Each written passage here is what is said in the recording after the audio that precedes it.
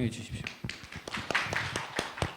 예, 안녕하세요. 앞에 두 발표자분들께서 한 분은 청년 세대, 또 한 분은 고령 세대의 어떤 정치적인 의견, 그다음에 선택, 뭐 이런 것들에 대해서 말씀을 해주셨습니다. 저는 세대하고는 조금 다르게 우리가 정치적인 의사소통이라고 하는 문제, 특히 많은 분들이 SNS 혹은 유튜브 같은 소셜 미디어를 이용하시고 있는 상황에서 이런 어떤 소통의 상황에 놓여 있고 그것들이 어떻게 영향을 미치는가, 그것을 정치적 양극화라는 측면에서 한번 살펴보려고 합니다. 다음 슬라이드를 보시면은요, 12월 3일 날 밤에 갑작스럽게 닥친 계엄 선포를 하시면서 저희 대통령께서는 저는 두 가지 상황을 맞닥뜨렸다고 생각을 합니다. 하나는 왼편에 보시는 거는 물론 그 당시 상황은 아닙니다. 왜냐하면 그 당시 상황은 사진을 찍을 수도 없는 상황이었을 테니까요. 하지만은 그것은 바로 국무회의 장면입니다. 왜냐하면 저희가 나중에 거기에 참여하셨던 분들의 이야기를 종합해서 재구축해 본 상황은 많은 국무위원들이 이견을 표명하고 만류를 했는데 결국은 대통령께서는 거기에 대해서 격노하는 반응을 보이시고 그분들의 의견을 전적으로 무시하시고 바로 계엄을 발표를 하셨습니다. 결국은 이견과 갈등이라고 하는 상황이겠죠. 아래쪽으로 보시면 군복을 입고 계신 두 분, 뭐 그보다 더 많겠습니다만은 아마도 용산의 벙커에서 맞닥뜨린 상황일 겁니다. 그것은 대통령의 그 계엄 선포를 실행에 옮기기 위해서 계엄군과 그 산하 부대의 사령관들과 맞닥뜨린 상황일 텐데 거기에는 동조하신 분도 계시고 아니면은 긴가민가 하면서 우려를 하지만은 그래도 복종할 수밖에 없는 그런 상황. 즉 이견을 표명하기가 어려운 상황일 겁니다. 그런데 대통령만 그랬을까? 저희는 지난 10년간 2016년에 박근혜 대통령 탄핵이 있었고요. 그다음에 2019년에는 탄핵은 없었지만은 조국 전 의원께서 물의를 일으키시는 바람에 굉장히 격렬한 어떤 정치적인 갈등을 경험했습니다. 그리고 최근에 또 계엄 선포를 둘러싸고 또 탄핵이 진행이 되고 있습니다. 자, 이런 엄청난 사건들을 경험하면서 많은 분들께서 이 소위 얘기하는 단톡방 폭파 사고가 곳곳에서 일어난 걸로 저는 듣고 있습니다. 물론 최근에 와서는 다 시빌해지셔서 그런지 덜 일어나지만은 아마도 최근 10년 동안에 굉장히 많은 이 정치적 의사소통이라고 하는 것들이 많은 스트레스였을 것이다 라고 저는 생각이 들고요. 다음 슬라이드를 보시면 이 SNS라고 하는 것이 의사소통 상황을 왜곡한다는 많은 이야기들을 합니다. 사람들은 자기와 비슷한 사람들과 어울리려고 하는 유유상종의 경향도 있죠. 하지만 사람만이 문제가 아니라 이 SNS나 특히 소셜미디어, 유튜브 같은 경우에는 나의 선택을 혹은 나의 취향을 너무나 잘 알아서 그 권고, 레코멘데이션을 해주기 때문에 알고리즘이 작동해서 뭐 많이 들어보셨겠지만 에코 챔버라든지 뭐 아니면 확증 편향 이런 것들에 의해서 내가 처음에 갖고 있던 생각이 점점 확신을 갖게 만드는 그런 요소가 있고 그것이 민주주의를 위협하고 양극화를 가져온다는 많은 얘기를 합니다. 그런데 사실은 저는 어떤 생각이 드냐면 그것이 반드시 필연적이거나 불가피한 것은 아니지 않느냐라고 하는 생각이죠. 뭐냐면 우리가 그것을 어떻게 선택하고 어떻게 받아들이고 어떻게 대응하느냐도 중요하다라는 것입니다. 그래서 그 부분은 결론에서 말씀드리고요. 저희 조사 결과를 몇 가지 보여드리겠습니다. 다음 슬라이드를 보시면 자주 방문하는 커뮤니티나 대화방이 있느냐, 있다는 분들이 73%입니다. 뭐 요새 같은 시대에 이게 너무 낮은 거 아니냐 생각하실 수도 있겠지만은 저희는 굉장히 활발한 편에 속하는 것 같고요. 그런 커뮤니티나 대화방의 정치 성향은 어떤 것일까 보시면은 중도가 가장 많고 보수와 진보와 비슷한데 보수가 조금 더 많다라고 보입니다. 그러면 그 커뮤니티나 대화방에서 정치적 소통의 경험, 아까 말씀드린 이견이 활발하게 나오거나 갈등이 있거나 아니면 다 침묵하거나 동조하는 것이냐, 이견을 접한 경험이 얼마나 있냐 했을 때 한 60% 가까이가 있다고 합니다. 그렇게 본다면 많으면 많은 것, 적으면 적은 것으로 해석 가능하다라고 저는 보입니다. 왜냐하면은 많은 사람들이 모여 있는 곳에서 이견이 있는 것은 어떻게 보면 당연한 듯하지만은 많은 사람들이 자기가 안 맞는 데는 다 나갈 수 있는 자유가 있잖아요. 그런 자유가 있기 때문에 결국은 사람들이 헤쳐 모여 하다 보면은 다 똑같은데 모여 있을 수도 있는 것 같은데 저는 60%면은 적지는 않다 그렇게 봅니다. 그 중에서 이견 때문에 갈등을 경험했다라고 하는 비율은 얼마나 있을까? 30% 가까이 됩니다. 그러니까 이견을 접했음에도 불구하고 갈등이 없었던 경우들도 많이 있다라는 거죠. 대개의 경우는 어떻게 될까요? 그러려니 하고 지나가는 겁니다. 하지만 거기서 과감히 목소리를 내는 사람들도 있는 거고요. 그것 때문에 결과적으로는 가까운 사람과 멀어진 경험, 나는 예전엔 같이 친했던 친구인데 다시는 안 본다. 뭐 내가 너랑 다시 연락하면 사람이 아니다. 뭐 이런 정도까지 간 사람들이 25%입니다. 저는 상당히 높다고 생각합니다. 사실은 제가 궁금해서 해본 겁니다. 조사를. 근데 저는 생각보다 상당히 있다. 그리고 이분들 중에 어떤 분들이 많을까?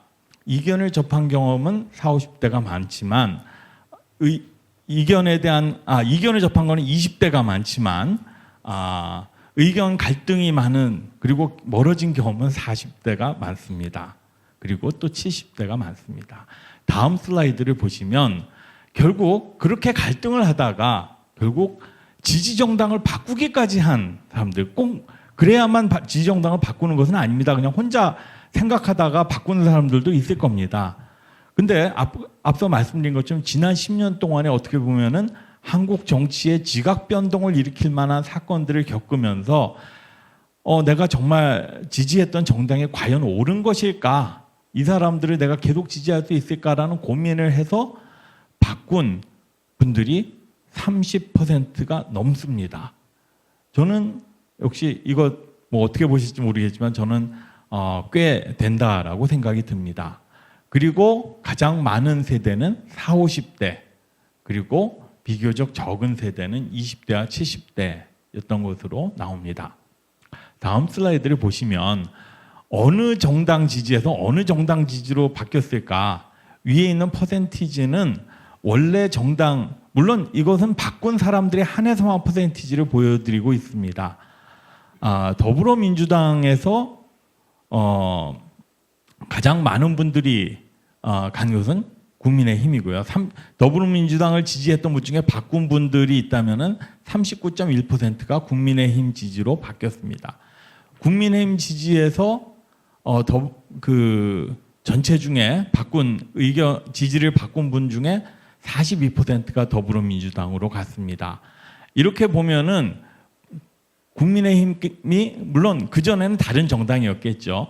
더 손해를 본 것 같은데 사실은 숫자로 따지면은 더불어민주당에서 국민의힘으로 지지를 바꾼 분들이 더 많은 것으로 나옵니다. 숫자로 보면요. 그리고 더불어민주당에서는 국민의힘이 가장 많이 바꿨지만 그 못지않게 많은 분들이 조국혁신당으로 바꾼 분들도 계십니다. 결국은 서로 양극으로 내지는 서로 그 가장 중요한 양대 정당에서 서로 스위치하신 분들이 많다라고 하는 걸 보실 수가 있고요. 그 다음 슬라이드를 보시게 되면은 왜 바꾸게 되었나 그리고 어떤 계기로 바꿨나에서 보자면 내가 지지했던 정당이 너무 극단적이어서 바꿨다라는 주장과 정책이나 주장에 실망했기 때문이다라는 비중이 상당히 높게 나옵니다. 그리고 그 정치적인 지지를 바꾸게 된 계기가 됐던 사건이 있다면 무엇일까? 최근 순서대로 더 많은 것을 보실 수가 있죠. 계엄 선포가 34.5%, 조국 전 의원 사건이 31.6%, 그 다음에 박근혜 탄핵이 27.6%입니다. 아마도 직접 분석은 제가 안 해봤습니다만 계엄 선포와 박근혜 탄핵이 국민의힘으로부터 더불어민주당으로 바뀐 분들의 계기가 됐을 가능성이 높고요. 조국 전 의원 사건이 더불어민주당으로부터 바꾸게 된 그런 가능성이 있다고 생각은 듭니다. 자, 그러면 다음 슬라이드에서 보시면 정치적인 의사소통 경험에 따라서 지지정당을 바꾸게 된 비율이 어떻게 될까 보면 뭐 간단히 말씀드리면은 이견을 접하는 경우, 갈등을 겪은 경우, 그 다음에 가까운 사람과 멀어진 경험이 있는 분들이 지지정당을 바꿀 가능성이 더 높은 것으로 나타납니다. 자, 그러면 이제 마지막으로 정치적 양극화에 대해서 제가 말씀을 드리겠다고 했는데 다음 슬라이드를 보시면 이 부분에 대해서는 뒤에 발표하신 하상훈 교수님께서 좀 더 상세히 설명해 주시겠지만 저희는 그 정치적 양극화라고 할 때 내가 지지하는 정당은 절대선이요, 내가 반대하는 정당은 절대 악이다라고 하는 생각이 저는 결과적으로는 양극화라고 봅니다. 그러면 절대선은 절대로 좋아하고 절대악은 절대로 싫어하겠죠. 그만큼 내 호감이 차이가 엄청 나는 것입니다. 이 그래프는 저희의 양대 정당에 대한 호감의 정도를 각각의 그 표시한 겁니다. 뭐냐면은 내가 더불어민주당을 지지하면서 동시에 국민의힘도 좋아한다면은 이 오른쪽 상단에 있겠고요. 그 다음에 둘 다 싫어하면은 왼쪽 하단에 있을 겁니다. 자, 여기에서 이 두 100점으로 본다면은 점수 차이가 크게 되면은 그건 뭐냐면은 내가 좋아하는 정당은 절대로 좋아하고 내가 싫어하는 정당은 절대로 싫어한다. 그것이 바로 정치적 양극화일 텐데 주로 정서적 양극화가 되겠죠. 이 중간쯤 가는 혹은 양극화가 낮은 경우에는 뭐가 될까 생각해 보면은 결국은 둘 다 싫어하거나 둘 다 적당히 좋아하는 중간 정도일 것 같습니다. 자, 다음 슬라이드를 보시면 이 그래프에 보시는 것처럼 둘 다 싫어하거나 둘 다 적당히 좋아하는 분들이 굉장히 많습니다. 그 다음에 한쪽은 절대로 좋아하고 한쪽은 절대로 싫어하는 분들도 굉장히 많습니다.